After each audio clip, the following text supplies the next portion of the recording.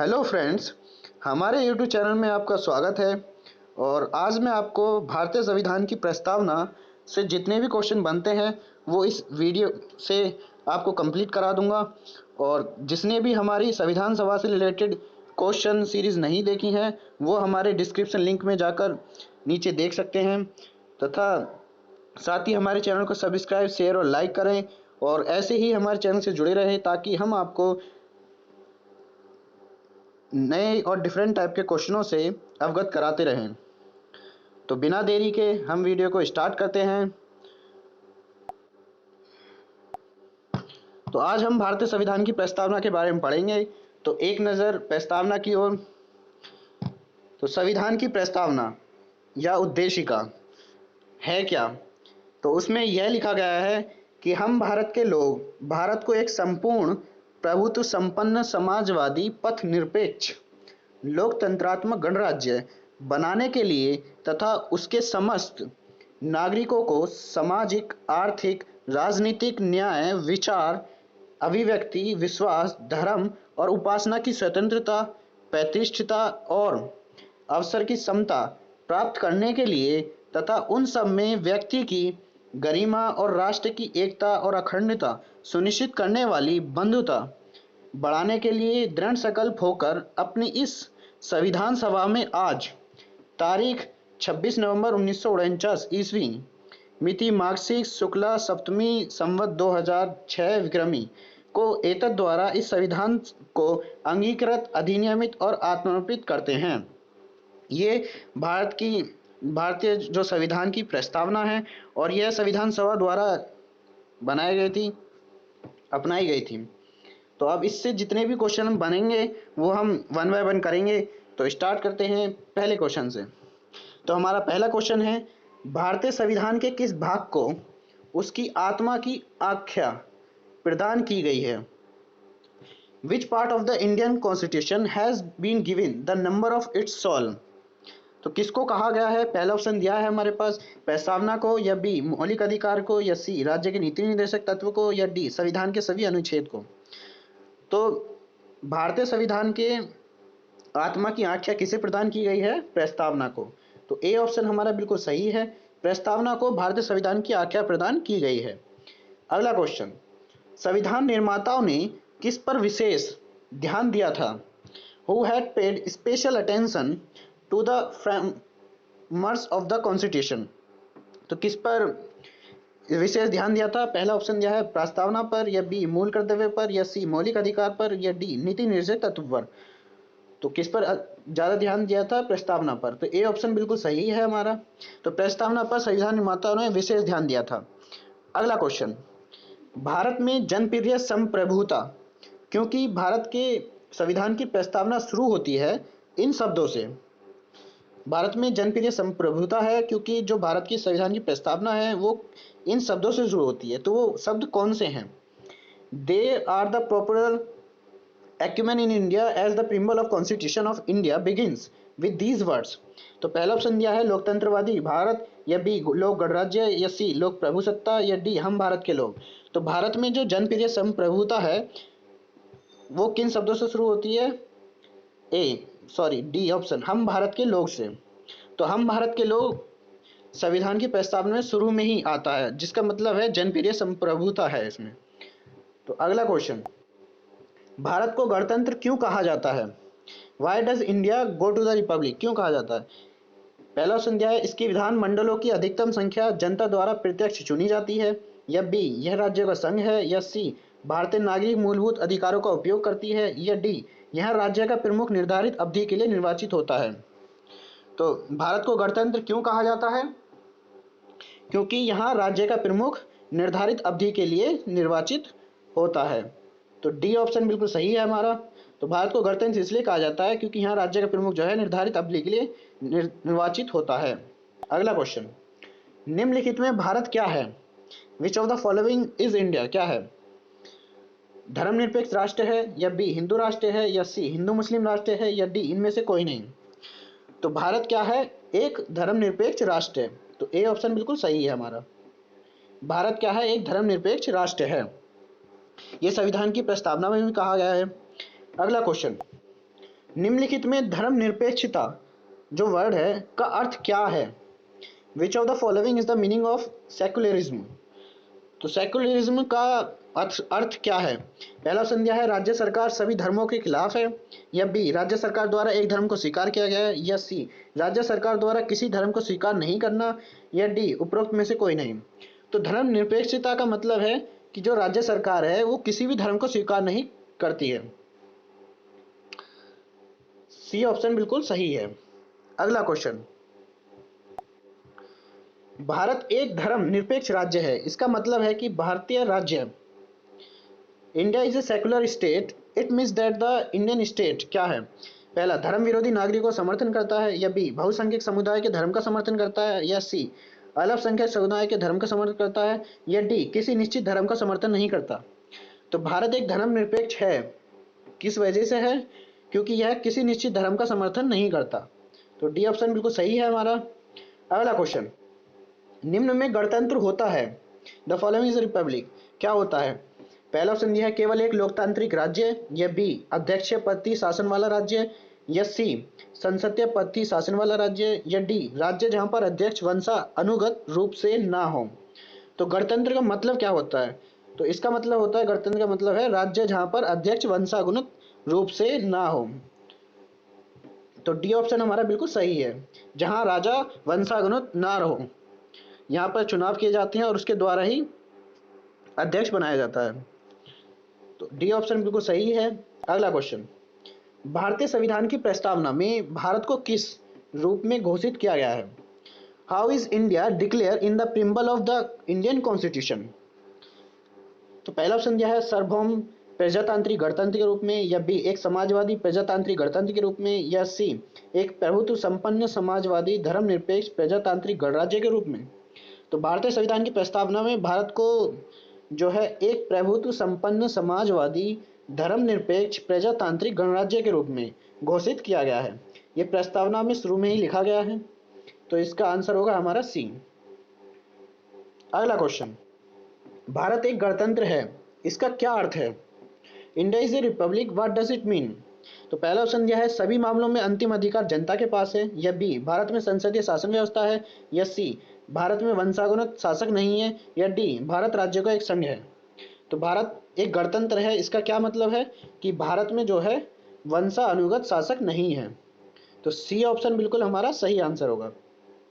ये क्वेश्चन जो है गणतंत्र अलग अलग तरीके से पूछा जाता है, उसी हिसाब से क्वेश्चन भी लिखे गए हैं, ये बनाए गए डिजाइन किए गए हैं। तो अगला क्वेश्चन इसके साथ, निम्नलिखित में कौन सा शब्द भारत के संविधान की उद्देशिका में नहीं है? विच of the following word is not in the purpose of the constitution of India? तो उद्देशिका में कौन सा शब्द भारत की उद्देशिका में नहीं है? तो पहला ऑप्शन दिया है समाजवादी, या बी पथनिरपेक्ष, या सी प्रभुत्व संपन्न, या डी लोक कल्याण। तो भारतीय संविधान की उद्देशिका या प्रस्तावना में कौन सा वर्ड नहीं है? लोक कल्याण। तो डी ऑप्शन हमारा बिल्कुल आंसर होगा इसका। लोक कल्याण जो शब्द है भारत की उद्देशिका में नहीं है, जबकि समाजवादी भी हैगा, पथनिरपेक्ष है और प्रभुत्व संपन्न भी है। अगला क्वेश्चन, निम्न में कल्याणकारी राज्य का उद्देश्य कौन सा है? विच of the following is the main M of the welfare state? तो पहला दिया है अधिकतम संख्या का अधिकतम कल्याण सुनिश्चित करना, या बी कमजोर वर्गों के कल्याण का प्रबंधन करना, या सी सभी नागरिकों को स्वास्थ्य सुविधाएं प्रदान करना, या डी उपयुक्त में से कोई नहीं। तो कल्याणकारी राज्य का उद्देश्य कौन सा है? कमजोर वर्गों के कल्याण का प्रबंध करना। तो बी ऑप्शन बिल्कुल सही है। तो कमजोर वर्गों के कल्याण का प्रबंध करना कल्याणकारी राज्य का उद्देश्य होता है। अगला क्वेश्चन, संविधान की प्रस्तावना में प्रयुक्त शब्द सेक्युलर का अर्थ है? The word secular used in the preamble of the constitution means? पहला ऑप्शन दिया है सभी नागरिकों को धर्म एवं उपासना की स्वतंत्रता, या बी एकेश्वरवाद, या सी बहुदेववाद, या डी सभी धर्मों की अस्वीकृति। तो संविधान की प्रस्तावना में जो सेक्युलर शब्द है वो किस लिए कहा गया है? तो सेक्युलर शब्द का प्रयोग संविधान की प्रस्तावना में सभी नागरिकों को धर्म एवं उपासना की स्वतंत्रता के लिए जोड़ा गया है। तो संविधान की प्रस्तावना जो प्रयुक्त शब्द है सेक्युलर, उसका मतलब है जो सभी नागरिक हैं उनके धर्म और उपासना की स्वतंत्रता है उन्हें, तो ए ऑप्शन सही है। अगला क्वेश्चन, निम्नलिखित में से कौन सा समाजवाद का अर्थ है? विच of the following is the meaning of socialism? तो पहला ऑप्शन दिया है सामाजिक नियंत्रण, या बी राष्ट्रीयकरण, या सी सामाजिक न्याय, या डी सामाजिक स्पर्धा। तो समाजवाद का अर्थ क्या है? सामाजिक न्याय। तो सी ऑप्शन बिल्कुल सही है हमारा। अगला क्वेश्चन, भारतीय संविधान में समवर्ती सूची किसके संविधान से ली गई है? The concurrent list in the Indian constitution is drive from whose constitution? पहला दिया है संयुक्त राष्ट्र अमेरिका से, या बी कनाडा से, या सी जर्मनी से, या डी ऑस्ट्रेलिया से। तो भारतीय संविधान में समवर्ती सूची किस संविधान से ली गई है? ऑस्ट्रेलिया से। तो डी ऑप्शन हमारा बिल्कुल सही आंसर है। अगला क्वेश्चन, भारतीय संविधान की आत्मा किसे कहा जाता है? Who is called the soul of India constitution? पहला दिया है प्रस्तावना, या बी मूल अधिकार, या सी नीति निर्देशक तत्व, या डी उपयुक्त सभी। तो संविधान की आत्मा किसे कहा गया है? प्रस्तावना को कहा गया है। ये ऑप्शन बिल्कुल सही है।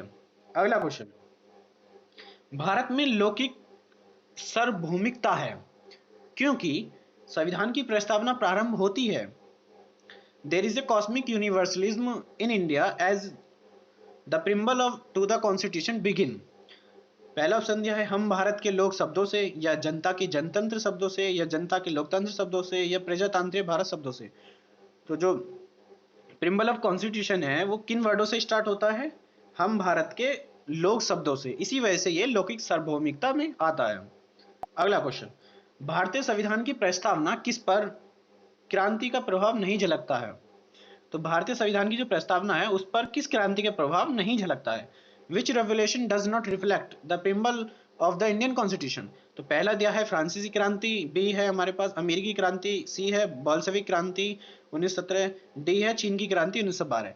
तो किस क्रांति का प्रभाव संविधान की प्रस्तावना में नहीं पड़ता है? तो वो है हमारी चीन की क्रांति। तो चीन की क्रांति का प्रभाव भारतीय संविधान की प्रस्तावना पर नहीं झलकता है, जबकि फ्रांसीसी क्रांति 1789 में हुई, इसका भी प्रभाव झलकता है। अमेरिकी क्रांति 1776 में हुई, इसका भी प्रभाव है। और बोल्शेविक क्रांति हुई 1917, इसका भी प्रभाव है।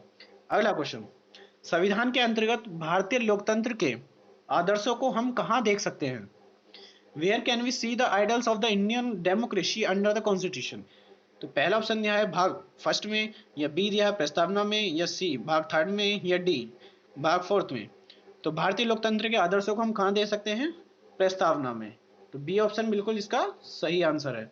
अगला क्वेश्चन, 42वें या 42वें संविधान संशोधन अधिनियम 1976 द्वारा प्रस्तावना में किस शब्द को नहीं जोड़ा गया है? Which word has not been added to the preamble of the by the 42 Amendment Act 1976? तो पहला ऑप्शन दिया धर्मनिरपेक्ष, या बी समाजवादी, या सी गुटनिरपेक्ष, या डी एकता और अखंडता। तो 42वें संविधान संशोधन द्वारा कौन सा शब्द नहीं जोड़ा गया है? गुटनिरपेक्ष नहीं जोड़ा गया है, जबकि धर्मनिरपेक्ष भी जोड़ा गया है, समाजवादी भी जोड़ा गया है, और एकता और अखंडता भी जोड़ा गया है। तो हमारा आंसर क्या होगा इसका? सी। अगला क्वेश्चन, भारतीय संविधान ने किस प्रकार के लोकतंत्र को अपनाया है? What type of democracy has the Indian Constitution adopted? तो पहला ऑप्शन दिया है संवैधानिक राजतंत्र, बी दिया है वंशानुगत लोकतंत्र, या सी लोकतांत्रिक राजतंत्र, या डी लोकतांत्रिक गणतंत्र। तो भारतीय संविधान ने किस प्रकार के लोकतंत्र को अपनाया है?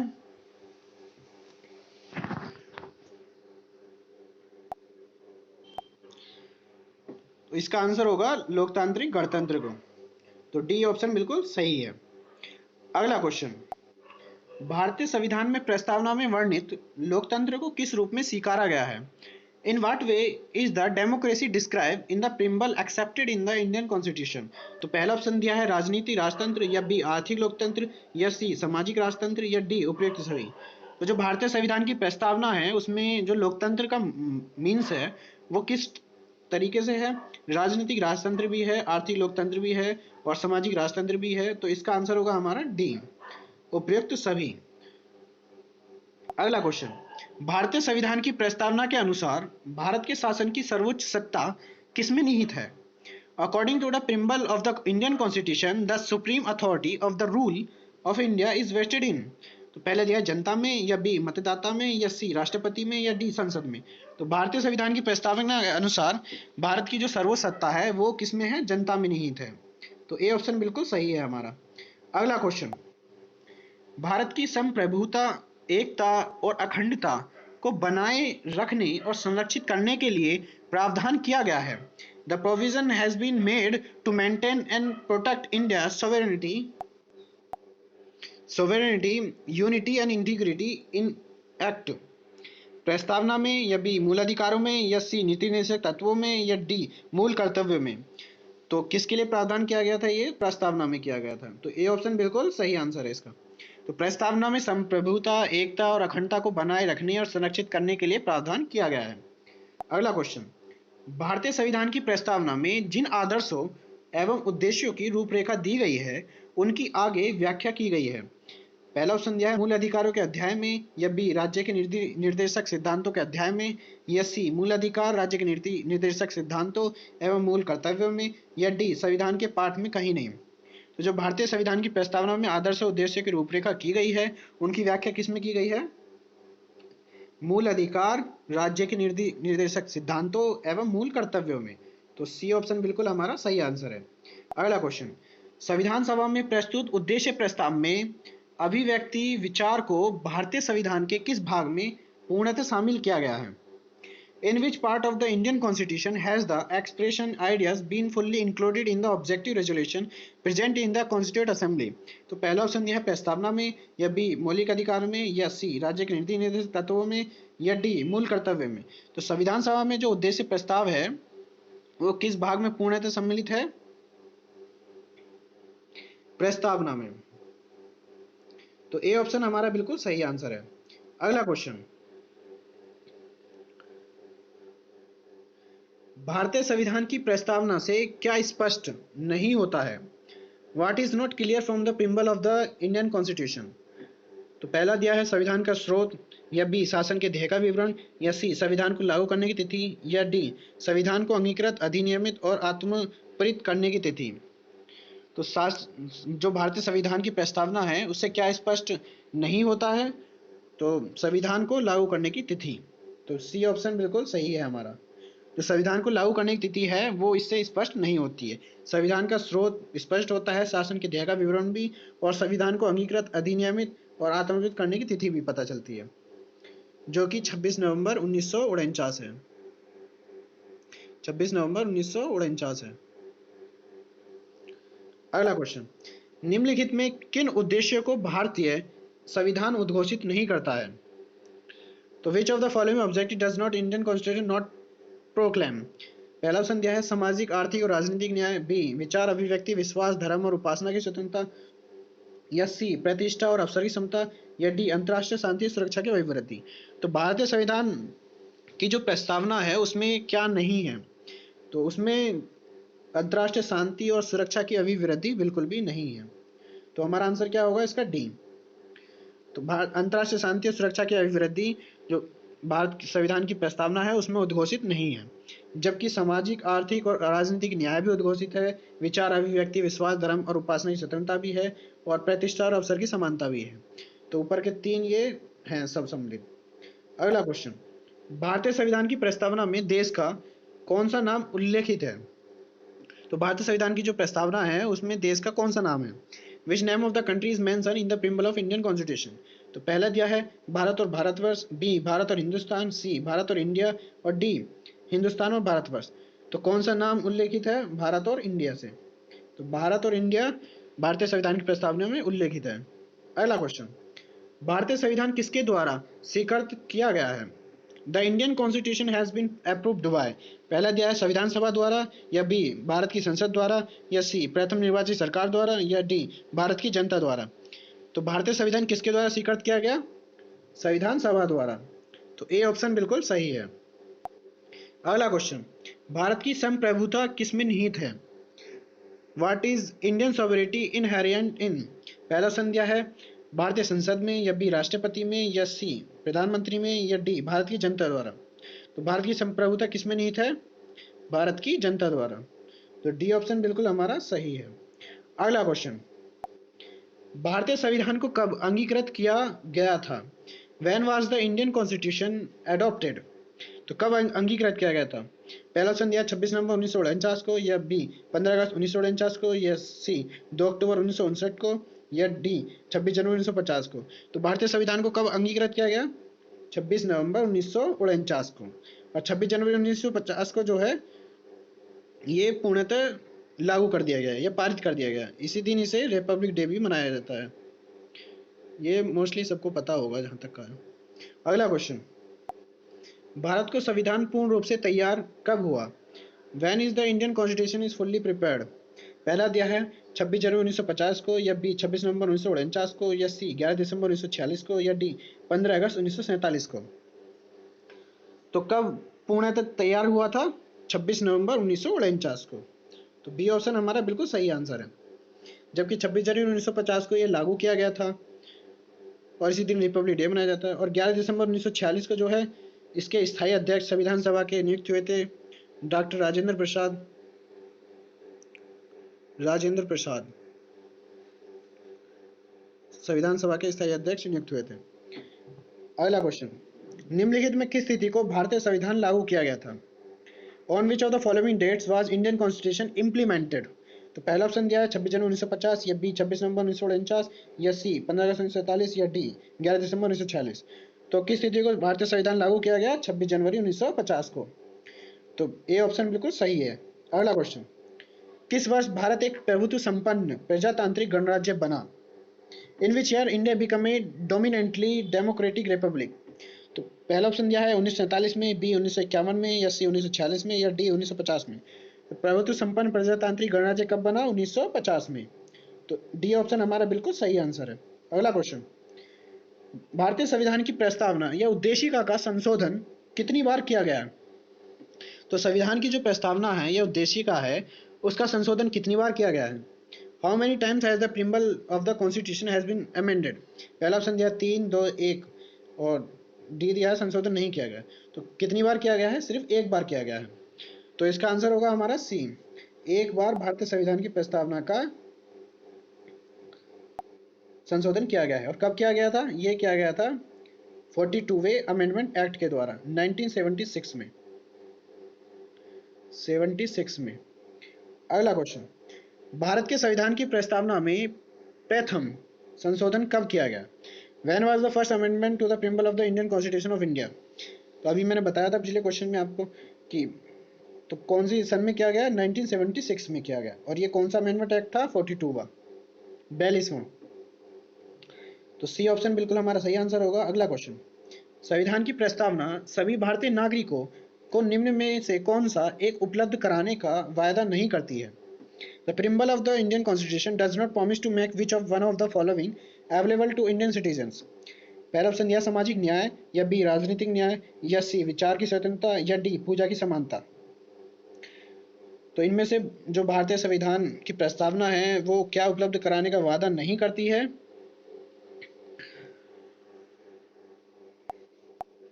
तो इसका आंसर होगा पूजा की समानता। तो पूजा की समानता का वायदा बिल्कुल भी नहीं करती है भारतीय संविधान की प्रस्तावना। अगला क्वेश्चन, 26 नवंबर 1949 को अंगीकृत भारतीय संविधान की प्रस्तावना में कौन सा शब्द सम्मिलित था?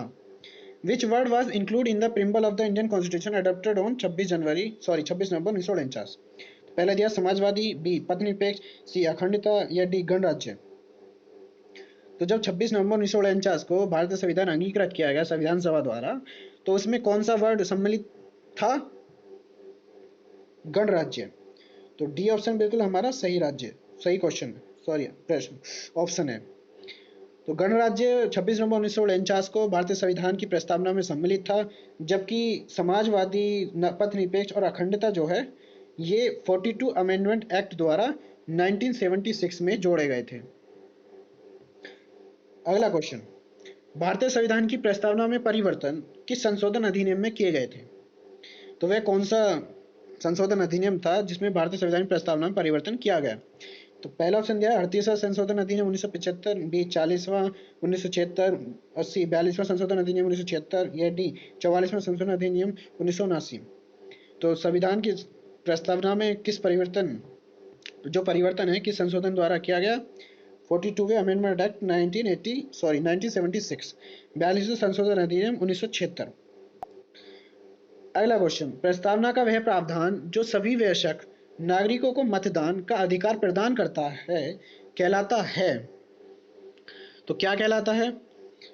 पथ निरपेक्षता, या बी प्रजातंत्र, या सी समाजवाद, या डी गणतंत्र। तो प्रस्तावना का जो प्रावधान है सभी वयस्क नागरिकों को मतदान का अधिकार प्रदान करता है वो क्या कहलाता है? प्रजातंत्र। तो बी ऑप्शन बिल्कुल सही है हमारा। अगला क्वेश्चन, भारत के संविधान की प्रस्तावना में समाजवादी और धर्मनिरपेक्ष शब्दों को किस संशोधन द्वारा जोड़ा गया? By which amendment of the word socialist and secular, socialist and secular word added to the preamble of Indian constitution of India. तो 41वें संविधान संशोधन द्वारा, या 42वें, सी दिया है 43वें, या डी 44वें। तो किस संविधान संशोधन द्वारा जोड़ा गया? 42वें संविधान संशोधन द्वारा जोड़ा गया। अगला क्वेश्चन, 42वें संविधान संशोधन द्वारा प्रस्तावना में निम्नलिखित में कौन सा शब्द जोड़ा गया? ये क्वेश्चन पूछने का दूसरा तरीका है। तो इसमें ऑप्शन दिया है हमें लोकतांत्रिक, बी न्याय, सी समाजवाद, डी राजनीतिक। तो भारतीय संविधान की प्रस्तावना में 42वें संशोधन द्वारा कौन सा शब्द जोड़ा गया था? समाजवाद। समाजवाद 42वें संविधान संशोधन द्वारा जोड़ा गया था। इसका आंसर क्या होगा? सी। अगला क्वेश्चन, भारतीय संविधान का प्राधिकार स्रोत कौन है? Who is the authority source of Indian constitution? A राष्ट्रपति, बी सर्वोच्च न्यायालय, या सी भारत के लोग, या डी सरकार। तो भारतीय संविधान का जो प्राधिकार स्रोत है या अथॉरिटी सोर्स है वो कौन सा है?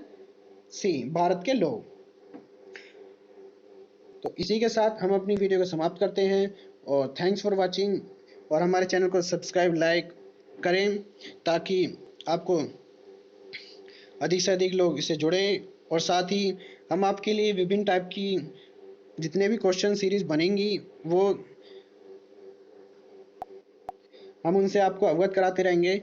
और आप हम मुझसे सोशल मीडिया लिंक से भी जुड़ सकते हैं। अगर कोई भी प्रॉब्लम आती है क्वेश्चनों में तो आप इनसे पूछ सकते हैं मुझसे। थैंक्स फॉर वाचिंग, और जल्दी ही हम आपके समक्ष और एक नई क्वेश्चन सीरीज के साथ प्रस्तुत होंगे। और इसी के साथ धन्यवाद।